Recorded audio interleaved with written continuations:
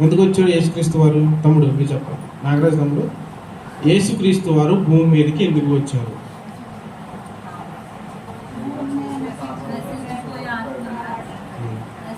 నశించిపోకుండా కాపాడడానికి వచ్చారు. అసలు యేసుక్రీస్తు వారు ఈ భూమి మీదకి ఎందుకు వచ్చారో మనం ఆలోచించారు. చాలా సంతోషపడతారు, ఎందుకంటే బైబిల్ గ్రంథంలో చాలా విలువైన మాటలు చక్కగా రాయబడి ఉన్నాయి. యేసుక్రీస్తు వారిని ఈరోజు ఎంతోమంది హేళన చేస్తున్నారు, చాలా హేళన చేస్తున్నారు.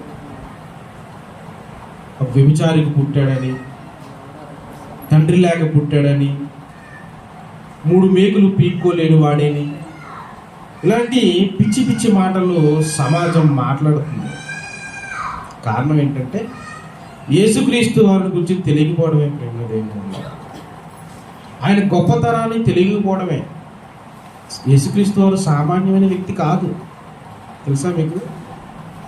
యేసుక్రీస్తు వారు సామాన్యమైన వ్యక్తి కాదు, చాలా విలువగల వ్యక్తి. అయినా మీరు చూడగలిగితే బైబిల్ గ్రంథంలో యేసుక్రీస్తు వారు గురించిన రాసిన మాటలు మనం చదవగలిగితే యేసుక్రీస్తు వారి కెపాసిటీని చూపిస్తుంది. అంటే యేసుక్రీస్తు వారిని గొప్పతనం గురించి తెలియజేస్తుంది. మనం చూడగలిగితే చూడండి, యోహాను సువార్త 3వ అధ్యాయం 11వ వచనం మనం తీయగలిగితే అక్కడ యేసుక్రీస్తు వారి నుండి ఎక్కడి నుండి వచ్చారో తెలియపరుస్తారు. చూడండి, చదవండి. యోహాను సువార్త 3వ అధ్యాయం 13వ వచనం. మరియు పరలోకము నుండి దిగి వచ్చిన వాడే, అనగా పరలోకములో ఉండు మనిషి కుమారుడే తప్ప పరలోకమునకు ఎక్కిపోయిన వాడు ఎవడను లేడు అని రాయబడి ఉంది బైబిల్ గ్రంథంలో. పరలోకం అంటే ఆశామాసి అనుకుంటున్నారా? పరలోకం అంటే ఏమనుకుంటున్నారు ప్రేమన దేవుని వల్ల? పరలోకం అంటే నిత్యము సంతోషంతో కూడిన పట్టణం. అది ఈ లోకంలో బ్రతుకుతున్న బ్రతుకు కాదు పరలోకం అంటే. 20 సంవత్సరాల జీవితంలో ఎన్ని భయంకరమైన విపత్తులు ఉంటాయి ఆలోచించేయండి.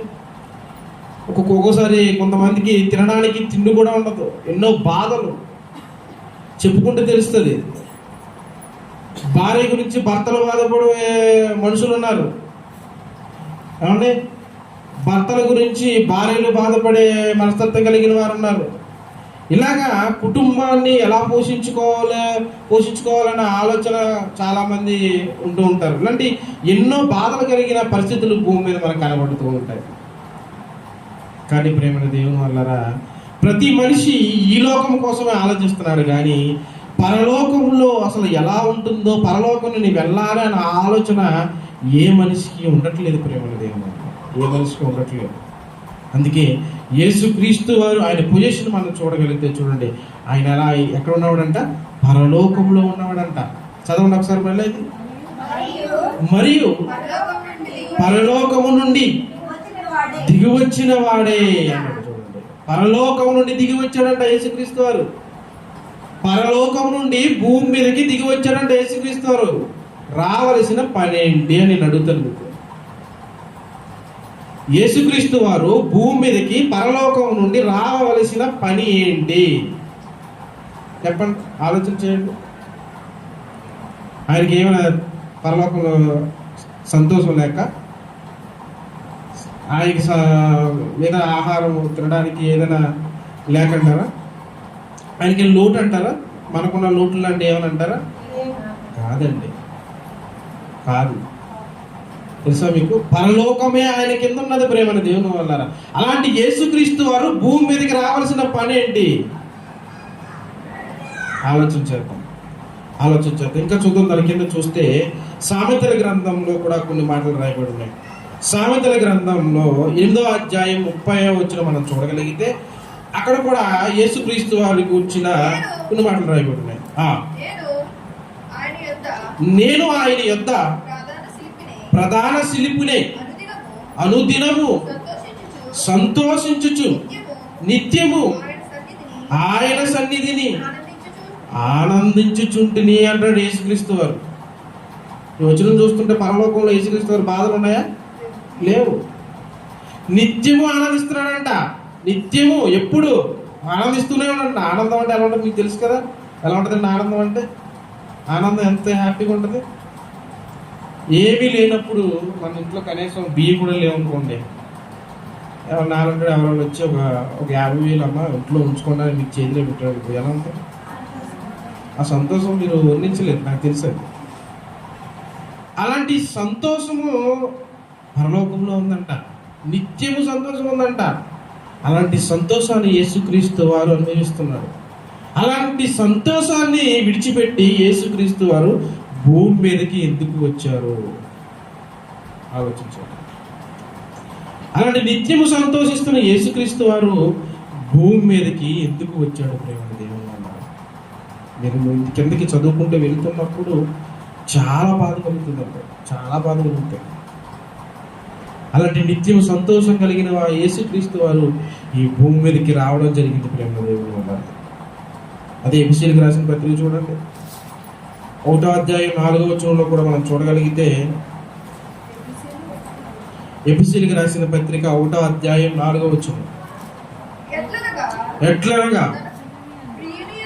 తన ప్రియుని యందు తాను ఉచితముగా మనకు అనుగ్రహించిన తన కృపా మహిమకు కీర్తి కలిగినట్లు తన చిత్త ప్రకారమైన దయా సంకల్పము చొప్పున యేసుక్రీస్తు ద్వారా తనకు కుమారునిగా స్వీకరించుటకై ఆయన ముందుగా తన కోసం నిర్ణయించుకొని మనము తన ఎదుట పరిశుద్ధులమను నిర్దోషులమై ఉండవలనని జగత్తి పునాది వేయబడక ముందే ప్రేమ చేత ఆయన క్రీస్తులో మనలను ఏర్పరచుకొనెను అని రాయబడింది.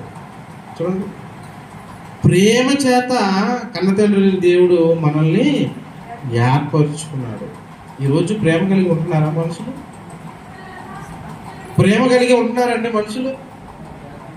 ప్రేమ కలిగి అంటే, ప్రేమ అంటే మీరు ఎక్కడికో వెళ్ళిపోకండి. ఏదో లోక సంబంధమైన ప్రేమలు, దైద్యం. ఆ ప్రేమలు దైద్య ప్రేమలు అంటే అవి నిలబడే చరిత్రలో లేదండి. ప్రేమకు నిలబడే, ఈరోజు ప్రేమిస్తానంటాడు, నువ్వు లేకపోతే నా జీవితం లేదంటాడు. రేపు వద్దుట ఏదైనా తేడా వస్తే అవతల పో అంటాడు. ఆ ప్రేమలు కాదండి ప్రేమ. ప్రాణం పెట్టిన ప్రేమ. నిజమైన స్నేహితుడు ఏం చేస్తాడంట? తన స్నేహితుల కొరకు ప్రాణం పెడతాడు. ప్రేమగా దేవుడు. అలాంటి యేసుక్రీస్తు వారు మన కోసం ఈ భూమి మీదకి రావడం జరిగింది. ఎందుకు వచ్చాడో కూడా తెలియని పరిస్థితి ప్రేమల దేవుని వల్ల, తెలియని పరిస్థితి. ఫిలిప్పీయులకు రాసిన పత్రికలు కూడా రాయబడి చూడండి. ఫిలిప్పీయులకు రాసిన పత్రిక 2వ అధ్యాయం మనం తీయగలిగితే అక్కడ కూడా కొన్ని మాటలు రాయబడి ఉన్నాయి. ఫిలిప్పీయులకు రాసిన పత్రిక 2వ అధ్యాయం 6వ వచనం, ఆయన దేవుని స్వరూపము కలిగిన వారే యుండి ఎలా ఉన్నాడంటే యేసుక్రీస్తు వారు దేవుని స్వరూపముతో ఉన్నాడంట. యేసుక్రీస్తు వారు ఎక్కడ? భూమి మీద కదండి, పరలోకంలో దేవునితో సమానంగా ఉన్నాడంట యేసుక్రీస్తు వారు. అలా సమానంగా ఉన్న తర్వాత కింద చదవండి, విడిచిపెట్టకూడని భాగ్యం అని ఎంచుకొనలేదు కానీ మనుషుల కోరికగా పుట్టి దాసుని స్వరూపముగా ధరించుకుని తన్నుకు తానే రిక్తునిగా చేసేసుకున్నాడు. చూసారా? దేవునితో సమానంగా ఉన్న యేసుక్రీస్తు వారు భూమి మీదకి ఎలా వచ్చారండి? ఆయన పుట్టుక గురించి ఆలోచన చేయండి. యేసుక్రీస్తు వారు ఈ భూమి మీద పుట్టిన విధానాన్ని ఆలోచన చేయండి. చలి, భయంకరమైన చలిలో పుట్టాడు యేసుక్రీస్తు వారు. పశువుల పాకలో పరుండబెట్టని ఉంది, పశువుల పాకలో పుట్టలేదండి. పుట్టిన తర్వాత ఆయన తీసుకెళ్ళి పశువుల తొట్టిలో పరుండబెట్టాడు. ఆయన జీవితం చూడండి. పశువుల తొట్టి ఏముంటుందండి? అక్కడ ఏముంటుంది? శుభ్రంగా ఉంటుందా? పేడ ఉంటుంది, గడ్డి ఉంటుంది, చూడండి, దోమలు ఉంటాయి. దేవునితో సమానంగా ఉన్న యేసుక్రీస్తు వారు ఎలా వచ్చాడో చూడండి, ఏ స్థితిలో భూమి మీదకి వచ్చాడో చూడండి. ఇలాంటి దేవుణ్ణి ఏమంటే ఇలాంటి యేసుక్రీస్తు వారిని ఈరోజు మనుషులు ఎలా అంటున్నారు చూడండి. ప్రేమ రిక్తుడిగా చేసుకున్నాడంట. చూడండి ఎంత బాగుందో వచ్చి మళ్ళీ చదవండి. ఎంత ఎంత బాగుందో చూడండి, మనసుకి ఎంత హ్యాపీగా ఉంటుంది చూడండి. ఆయన స్వరూపము కలిగి ఉండుడని దేవునితో సమానముగా ఉండుట విడిచిపెట్టకూడని భాగ్యమని ఎంచుకోలేదు. నాకు సింహాసనం ఉంది, నేను దేవునితో సమానంగా ఉన్నాను కదా, నేను తగ్గించుకోవడానికి నేను ఏ పార్టీ అన్నాను అనుకోలేదంట. ఆయన అనుకోలేదంట యేసుక్రీస్తు వారు. చూడండి ఎంత చక్కగా రాయబడి చదవమ్మా. మనుషుల పోలికగా పుట్టి దాసుని స్వరూపముగా ధరించుకుని తన్ను తానే రిక్తుడుగా చేసుకునేను అంటున్నాడు. చూడండి ఎంత గొప్పగా ఉన్నాడు చూడండి.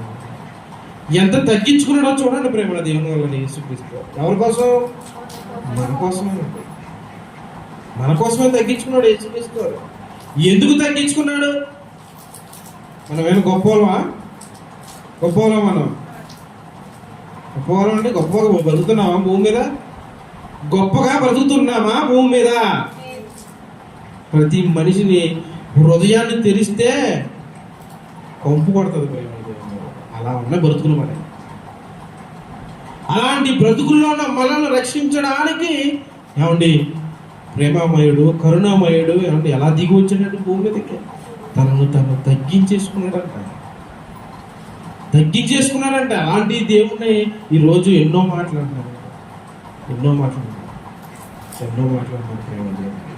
చూడండి కింద చదవగలిగితే ఇదే యోహాను సువార్త 3వ అధ్యాయం 13వ వచనం చూడండి. యోహాను సువార్త 3వ అధ్యాయం 13వ వచనం. యోహాను సువార్త 3వ అధ్యాయం 13వ వచనం. మరియు పరలోకము నుండి దిగి వచ్చిన వాడే, అనగా పరలోకము యందు మనిషి కుమారుడే తప్ప పరలోకమునకు ఎక్కిపోయిన వాడు ఎవ్వడును లేడు. ఈరోజు ఎంతో మంది బోధకులు నేను పరలోకం చూసేసాను, పరలోకం వెళ్ళాను అంటున్నారు. చూసారా? అబద్ధకులంతా. బైబిల్ గ్రంథంలో ఏ రాయబడి ఉంది? ఎక్కిపోయిన వాడు, పరలోకాన్ని ఎక్కిపోయిన వాడు ఎవడు లేడు. బైబిల్ గ్రంథం చెబుతుంది. ఈరోజు పిచ్చి పిచ్చి మాటలు మాట్లాడుతున్నారండి బైబిల్ చదవక. ఎంత చక్కగా రాశాడండి, ఎంత క్లారిటీగా రాశాడు. అలాంటి యేసుక్రీస్తు వారు ప్రేమ దేవుడు మనం నమ్ముకోవడం అనేది చాలా అదృష్టం. పరలోకానికి ఎక్కిపోయిన వాడు ఎవడు లేడు. చదవండి. అరణ్యములో మోషే ఫస్ట్ నుంచి చదవండి. మరియు లోకము నుండి దిగి వచ్చిన వాడే, అనగా పరలోకము నుండి మనిషి కుమారుడే తప్ప పరలోకమునకు ఎక్కిపోయిన వాడు ఎవ్వడను లేడు. అంటే పరలోకానికి ఇప్పుడు మార్గం ఎవరు? యేసుక్రీస్తు వారు. అది గుర్తుపెట్టుకోండి. మనం మళ్ళీ పరలోకం వెళ్ళాలంటే ఎవరు దిక్కు? మనకి యేసుక్రీస్తు వారే దిక్కు. ఈరోజు పిచ్చి పిచ్చి మాటలు మాట్లాడతారు కదా యేసుక్రీస్తు వారి గురించి. వారికి కూడా యేసుక్రీస్తు వారే దిక్కు. చివరికి వస్తారు, త్వరలో రెడీగా ఉన్నాడు రావడానికి యేసుక్రీస్తు వారు. చివరి క్షణాలలో మనం ఉన్నాం ప్రేమ దేవుని వల్ల. యేసుక్రీస్తు వారు బైబిల్ గ్రంథంలో ఏ మాటలైతే రాయబడి ఉన్నాయో అటు రీతిగా లోకం అయిపోతుంది. ఆయన వచ్చే ముందు కరువులు వస్తాయన్నాడు, వస్తున్నాయి. కానీ యుద్ధాలు జరుగుతాయి అన్నాడు, జరుగుతున్నాయి. నిన్న కాక మొన్న ఎలాగ దుబాయ్ తెలుసు కదా మీకు, ఇజ్రాయెల్ నుంచి దుబాయ్ మంచి అభివృద్ధి గల పట్టణం అండి. వాళ్ళు అనుకుని ఉంటారు ఈరోజు మా మీదకి రావడం మమ్మల్ని ఎవరు పడగొడతాడు అని అనుకున్నారు కూడా చాలా మంది. కానీ ఏమైంది చెప్పండి ప్రేమ దేవుని ద్వారా. ఇదిగో యేసుక్రీస్తు వారు రాకడకు సూచనలు జరుగుతున్నాయి. అక్కడక్కడ భూకంపములు, యుద్ధముల గురించి మీరు విందురు అని చెప్పిన మాట నెరవేరిపోతుంది ప్రేమ దేవుని వల్ల. క్రైస్తవుడు అనబడి వాడు ఎలా ఉండాలి? సిద్ధపడి ఉండాలి ప్రేమ దేవుని వల్ల, సిద్ధపడి ఉండాలి.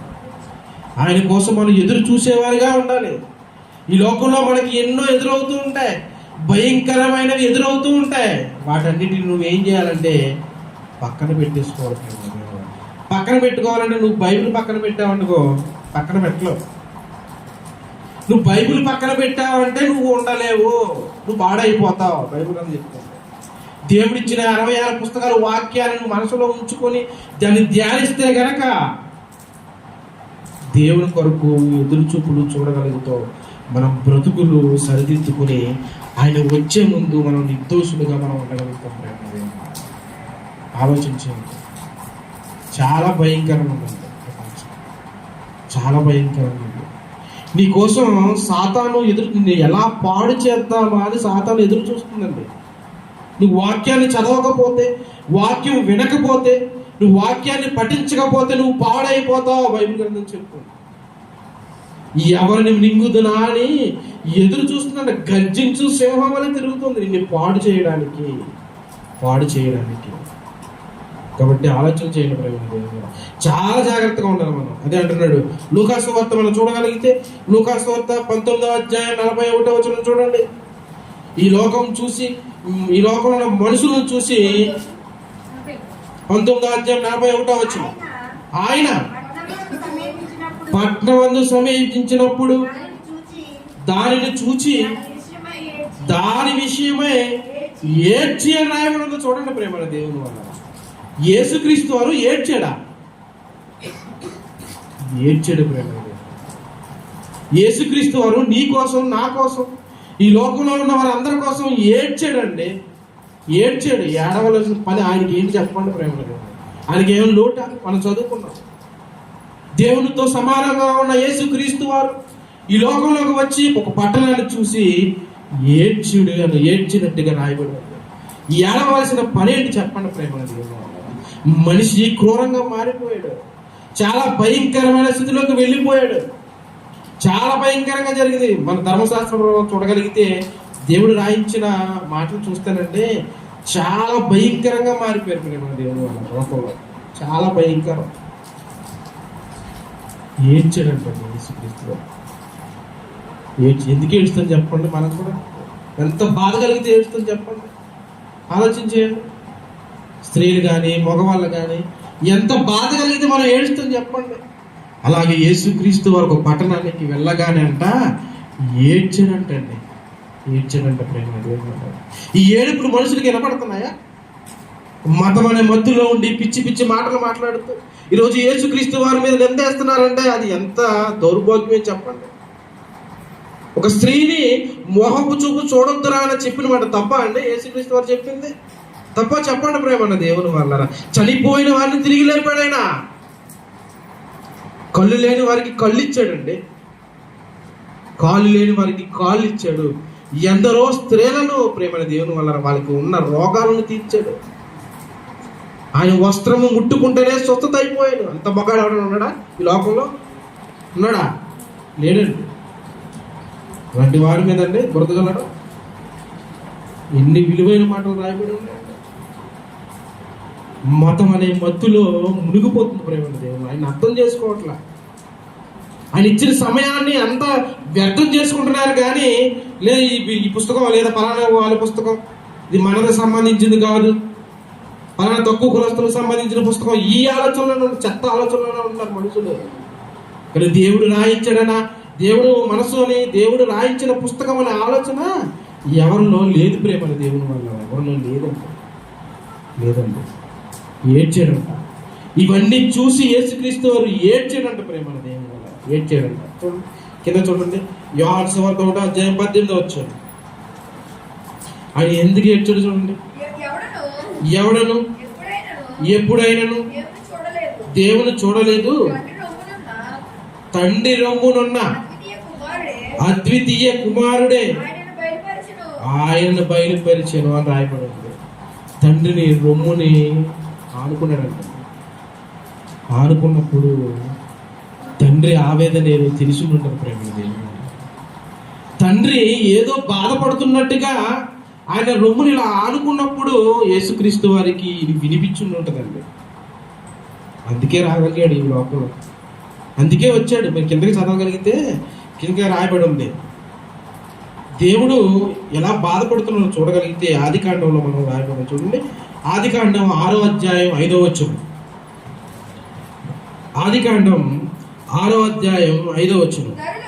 నరులు చెడుతనము భూమి మీద గొప్పదనియు వారి హృదయములో తలంపులోని ఊహ అంతయు ఎల్లప్పుడు కేవలము చెడ్డదనియు యెహోవా చూచి తాను భూమి మీద నరుల చేసినందుకు యెహోవా సంతాపపడెను అన్నాడు. ఆయన హృదయములో నొచ్చుకుందంట. నొచ్చుకోవడం అంటే ఏంటి? హార్ట్ అటాక్ అంటారు కదా మీరు, అదే హార్ట్ అటాక్ అంటే. నొచ్చుకున్నాడంట, బాధపడ్డాడంట. ఎందుకు బాధపడ్డాడు? నరులు చేసినందుకు బాధపడ్డాడంట. తండ్రి, పరలోకంలో ఉన్న తండ్రి అంటే ఎంత ఘోరంగా తయారైపోయారో చూడండి మనుషులు. ఎంత ఘోరంగా తయారైపోయారో చూడండి మనుషులు. ఆ మనుషులను చూసి ప్రేమ దేవుని వల్ల కన్న తండ్రి అయిన దేవుడు బాధపడ్డాడు. తండ్రి అయిన దేవుడు ఇప్పటికీ మనుషులను చూసి బాధపడిపోతున్నాడు. ఎవరికి చెప్పుకోవాలో అర్థం కాక చివరికి ఎవరికి చెప్పుకున్నాడో తెలుసా ప్రేమ దేవుని వల్ల? ప్రకృతికి చెప్పుకున్నాడు. తెలుసా మీకు? ఈ బాధను ఎవరికి చెప్పుకోవాలో తెలియక ప్రకృతి చెప్పుకున్నాడు. పిల్లల కోసం ఏర్పాటు చేసిన ప్రకృతితో చెప్పుకున్నాడంటే ఎంత దౌర్భాగ్యమైన స్థితి వచ్చిందో చూడండి ప్రేమ. చూడండి, యెషయా గ్రంథం 1వ అధ్యాయం 2-3 వచనాలు మనం చదవగలిగితే అక్కడ రాయబడి ఉంది.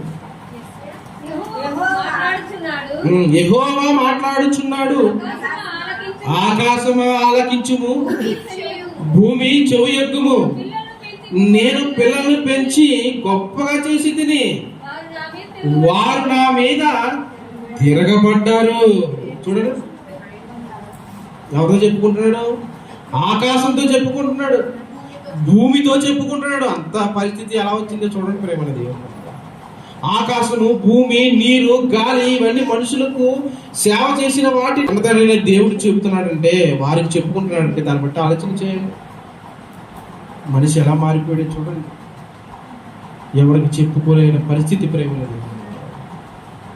కారణం ఏంటో తెలుసా? కన్న తండ్రి అయిన దేవుని ఎరుగక ఎవరిష్టం వచ్చినట్లుగా వారు వెళ్ళిపోతున్న సందర్భం ప్రేమ దేవుని వల్ల. నీకోసం గాలినిచ్చి, నీరునిచ్చి, ఆకాశాన్ని ఇచ్చి, ఏమన్నా తినడానికి ఆహారం ఇచ్చి, దాన్ని ఊపిరినిచ్చి ఇన్ని విలువైన పెడితే ఈరోజు మనుషులు కన్న తండ్రిని దేవుని పక్కన పెట్టి ఎవరిష్టం వచ్చినట్లుగా వారు వెళ్ళిపోతున్న సందర్భాలు కనబడుతున్నాయి. దేవుడు కనబడతలేదు కదా అని చెప్పి ఒక దూడబొమ్మను చేసుకున్నారు. ఆ రోజు చేసుకుని ఏం చేశారు? దానిని మొక్కడం మొదలు పెట్టారు. తండ్రిని వదిలేశారు. దానిని పోయిన వాడిని పిలుస్తున్నారు తండ్రి అని. ఎంత బాధ కలుగుతుందండి? ఒక కుటుంబంలో తండ్రి ఉన్నప్పుడు పిల్లలు తండ్రిని తండ్రి అని పిలవకుండా దారంటి ఇల్లు అందరూ నా తండ్రి తండ్రి తండ్రి అనిపిస్తున్నారు. తండ్రికి ఎంత ఆవేదన ఉంటుందండి? ఎంత ఆవేదన ఉంటుంది? చాలా ఆవేదన ఉంటుంది ప్రేమ. చాలా బాధగా ఉంటుంది, చాలా బాధ ఉంటుంది. ఎవరికి చెప్పుకోవాలో తెలియక ప్రేమ. ప్రకృతి చెప్పుకున్నాడంటే మనిషి ఎంత క్రూరమైన పరిస్థితులు మారిపోయాడో చూడండి ప్రేమ. దేవుడు ఎంత క్రూరమైన పరిస్థితులు మారిపోయాడు. నీకోసం ఏమండి ఎవరిని మృంగుదునా అని గర్జించి సింహం వల్ల తిరుగుతుంది. యెషయా గ్రంథం 18వ అధ్యాయం 23వ వచనం. కన్న తండ్రి అయిన దేవుడు చెబుతున్నాడు ప్రేమని దేవుని వల్ల. చూడండి, ఆయన ప్రేమను చూడండి. కన్న తండ్రి అయిన దేవుని ప్రేమను చూడండి ప్రేమని దేవుని వల్ల. యెషయా గ్రంథం 18వ అధ్యాయం 23వ వచనం. అతని నీతిని బట్టి అతను బ్రతికిను, దుష్టుడు మరణము నొందిన చేత నాకు ఏమాత్రమైన సంతోషం కలుగునా? వారు తమ ప్రవర్తనను దిద్దుకొని బ్రతుకుటయే నాకు సంతోషం అని చెప్తున్నాడు. అక్కడ ఎంత బాగుంది చూడండి మాట. చూడండి, ఒక తండ్రి లోకంలో కొడుకు తండ్రి మధ్య ఉన్న బంధం కనబడుతుంది చూడండి. అక్కడ కొడుకు తప్పు చేస్తున్నప్పుడు తండ్రి ఏమనుకుంటాడంటే, మారరా నీ బ్రతుకు మార్చుకోరా అంటాడా? అంటాడు. ఓ దెబ్బేసి ఏం చేస్తాడు? దగ్గరికి లాక్కుంటాడు. ఏమండి, ఈరోజు మనుషులకి ప్రేమ దేవుని ప్రేమ అర్థం కావట్లేదు. దేవుని ప్రేమ అర్థం కావట్లేదు. అర్థం కావట్లేదు. దేవుడు ఎంత ప్రేమిస్తున్నాడో అర్థం కావట్లేదు. ప్రేమను దేవుడు ఒక దెబ్బ కొడతాడు తండ్రి, నువ్వు మారాలని దేవుడు కొడతాడు. ఏదో ఒక విధంగా నీ పరిస్థితి బాగోపోవడమో, లేదా నీకు ఏదో ఒక రోగం రావడము. ఎందుకు చేస్తాడంటే నువ్వు మారాలని, నీ బ్రతుకు నువ్వు మార్చుకోవాలి. ఏదో ఒక ముళ్ళు ఉంటుంది ప్రతి ఒక్కడికి, లేకుండా ఉండదండి. ఎవరికొకడికి ఏదో ఒక ముళ్ళు ఉంటుంది. ఎందుకు ఉంటుందంట ఆ ముళ్ళు? నువ్వు సరి అవ్వాలని. అంతేగాని కన్నతండ్రి దేవునికి మనం అంటే ప్రేమ లేకపోవడం కాదు. ప్రేమ దేవుడు చాలా ప్రేమ మనం అంటే ఆయనకి చాలా ఇష్టం. ఆయనకి చాలా ఇష్టం. అదే మనం చూడగలిగే గ్రంథం 6వ అధ్యాయం 1, 2, 3 వచనాలు. రాజైన ఉజ్జియా గట్టి చదవండమ్మా. మృతి పొందిన సంవత్సరం నుండి అత్యున్నతమైన సింహాసనమందు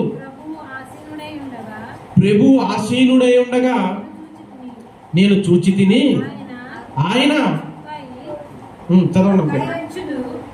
ఆయన చొక్కా అంచులు దేవాలయము నిండుకొనెను.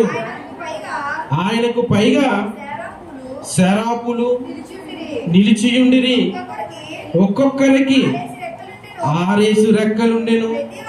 ప్రతి వాడు 2 రెక్కలతో తన ముఖమును కప్పుకొని, రెండింటితో తన కాళ్ళను కప్పుకొనుచు, రెండింటితో ఎగురుచు. వారు సైన్యములకు అధిపతియగు యెహోవా పరిశుద్ధుడు, పరిశుద్ధుడు, పరిశుద్ధుడు, సర్వలోకమును ఆయన మహిమతో నిండి ఉన్నదని గొప్ప స్వరముతో గాన ప్రతిగానములు చేయుచున్నారంట. ఎవరు? దేవదూతలు. ఎవరికి? దేవుడికి. ఆయనను స్తుతిస్తుంటంట. పరలోకున్న గడప కొమ్ములు ఉంటాయి, ఇలాంటి గడప ఉంటాయి చూసా, అదిరిపోతున్నాయంట. అలాంటి అదిరిపోయినప్పుడు మనం ఎలా ఉండాలంటే, రాజాది రాజమార్తాండ అనగానే రాజు ఎలా ఉంటుంది చెప్పండి? చాలా సంతోషంగా ఉంటుంది. ఇలాగ బిగబెడతాడు మళ్ళీ. అలాంటి పరిస్థితి పరలోకంలో ఉన్నప్పుడు ప్రియమైన దేవుని వలన దేవుడు బాధపడుతున్నట్టుగా కనబడుతుంది. దేవుడు కుమిలిపోతున్నట్టుగా కనబడుతుంది. దేవుడు ఏడుస్తున్నట్టుగా కనబడుతుంది. కిందకి చదవండి. 8వ వచనం దగ్గర నుంచి చదవండి. 6వ అధ్యాయం 8వ వచనం. అప్పుడు నేను ఎవరిని పంపేదను? వారి నిమిత్తము ఎవడి పోవును? ప్రభువు సెలవీయగా వింటిని. అంతటా నేను చిత్తగించుము, నేనున్నాను, నన్ను పంపమనగా ఆయన నీవు పోయి ఈ జనులతో ఇట్లను మీరు నిత్యము వినిచుందరు గాని గ్రహింపకుందురు అన్నాడు. తండ్రి బాధపడుతున్నప్పుడు, నా పిల్లల కోసం నేను ఎవరిని పంపాలని బాధపడుతున్నప్పుడు యేసుక్రీస్తు వారు నన్ను పంపుతారు. తండ్రి బాధను చూసిన యేసుక్రీస్తు వారు ప్రేమ దేవుని వల్ల నేనెళ్తాను నాయన అని చెప్పి యేసుక్రీస్తు వారు భూమి మీదకి రావడం జరిగింది ప్రేమ దేవుని వల్ల. అలా వచ్చిన యేసుక్రీస్తు వారు లోకాన్ని చూస్తున్నప్పుడు, ఆ పట్టణాన్ని చూస్తున్నప్పుడు, పాడైపోయిన మనుషులను చూస్తున్నప్పుడు యేసుక్రీస్తు వారు ఏడ్చాడు అని రాయబడి ఉంది. మనం చదువుకున్నాం కదా, ఏడ్చాడు. అందుకే వచ్చాడు. నీ కాళ్ళు ఇవ్వడానికి, లేదా నీకు స్వస్థత చేయడానికి, నీ బ్రతుకులు మార్చడానికి, మన కుటుంబాలను పోషించడానికి ఆయన రాలేదండి. లోకం భూమి మీద ఉన్న మనుషులు పాడైపోతే మన బ్రతుకు ఇది కాదురా బాబు, ఈ బ్రతుకు ఇది నిజమైన బ్రతుకు కాదు, మనం పరలోకానికి వెళ్ళాలి, నిజమైన బ్రతుకు మనకు పరలోకంలో ఉంది అని తెలియజేయడానికి ఈ భూమి మీదకి రావడం జరిగింది ప్రేమ దేవుడు. వచ్చిన యేసుక్రీస్తు అని ఏం చేశారండి? లోకం ఏం చేసింది? ప్రేమది ఏం చేసిందండి? ఏం చేసిందండి? సిలువ వేసి చంపేసింది ప్రేమది. ఈ చేతితో ఎంతో మందికి ఏమంటే స్వస్థత చేసిన చేతుల మీద మేకులు కొట్టారు ప్రేమది. ఎలా మేకులు కొట్టారు? చాలా భయంకరంగా కొట్టారండి. బైబిల్ గ్రంథంలో రాయబడింది. ఈ చేతికి వేసిన మేకు ఈ పక్క అందట్లేదని చెప్పి లాగి మరీ వేసారు ప్రేమణ దేవుని. ఎంత బాధ కలుగుతుంది చూడండి, ఎంత బాధ కలుగుతుందండి. ఆయన శరీరాన్ని ముక్కగా భావించారండి, చెత్త చెత్త చేసేసారు. కైమా ఎప్పుడైనా చూసారా? మాంసాన్ని కైమా కొడతారు కదా, ఆయన శరీరాన్ని అలా చేసేసారు ప్రేమణ దేవుని. అలా చేసేసారు. ముళ్ళ కిరీటం పెట్టారు, పిడిగుద్దులు గుద్దారు, ముఖం మీద ఉమ్ములేశారు. ఎలాంటి వ్యక్తినండి? దేవునితో సమానంగా ఉన్న యేసుక్రీస్తు వారిని ఎలా హింసించారో చూడండి ప్రేమ. ఎవరి కోసం? ఆయన కోసమా? మన కోసమే. ఆయన ప్రేమను చూడండి, ఆయన ప్రేమను చూడండి. అంత ప్రేమిస్తే ఈరోజు యేసుక్రీస్తు వారిని ఎందుకు ద్వేషిస్తున్నారు? క్రైస్తవులు కూడా అలాగే ఏడ్చారు ప్రేమ దేవుని వల్ల. అలాగే ఉన్నారు, సంఘాలలో కూడా అలాగే ఉన్నారు, లోకంలో కూడా అలాగే ఉన్నారు. ఏమంటే బైబిల్ పట్టుకుని ప్రకటించిన వారు కూడా అలాగే ఉన్నారు ప్రేమ దేవుని వల్ల. అలాగే ఉన్నారు. ఏమి దారి లేక ప్రేమ దేవుని వల్ల తన ప్రాణాన్ని మన కొరకు బలిగా అర్పించేశాడు యేసుక్రీస్తు వారు. మనం చేసిన పాపాలు ఆయన మీద వేసుకున్నాడు యేసుక్రీస్తు వారు. నీకు బాధ కలగట్లేదా? బాధ కలగట్లేదా? చెప్పండి ప్రేమ దేవుని వల్ల. అంత గొప్ప దేవుని, అంత గొప్ప యేసుక్రీస్తు వారిని ఎందుకు నమ్మట్లేదండి ఈరోజు మనుషులు? మతం అనే మత్తులో ఉండిపోవడం వల్లే. నిజమైన దేవుడని తెలుసు, అయినా యేసుక్రీస్తు వారిని ఎందుకు నమ్మట్లేదంటే భోగెచ్చలు ఉండవు కనుక యేసుక్రీస్తు వారిని నమ్ముకుంటాం. తెలుసా మీకు?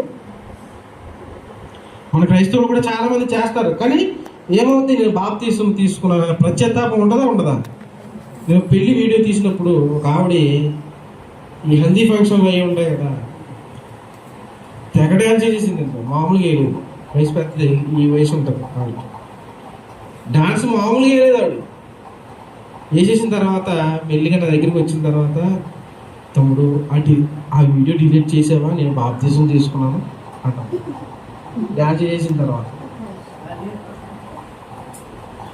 అంటే బాప్తీసము నీకు ఒకటి జ్ఞాపకం చేస్తుంది. అక్కడ మనం నవ్వుకుంటున్నాం కానీ బాప్తీసం ఏం చేస్తుంది? నీ హృదయాన్ని ప్రేరేపించేస్తుంది. తప్పు చేసావు, నువ్వు తప్పు చేసావు అని ఏం చేస్తుంది? ప్రేరేపిస్తుంది.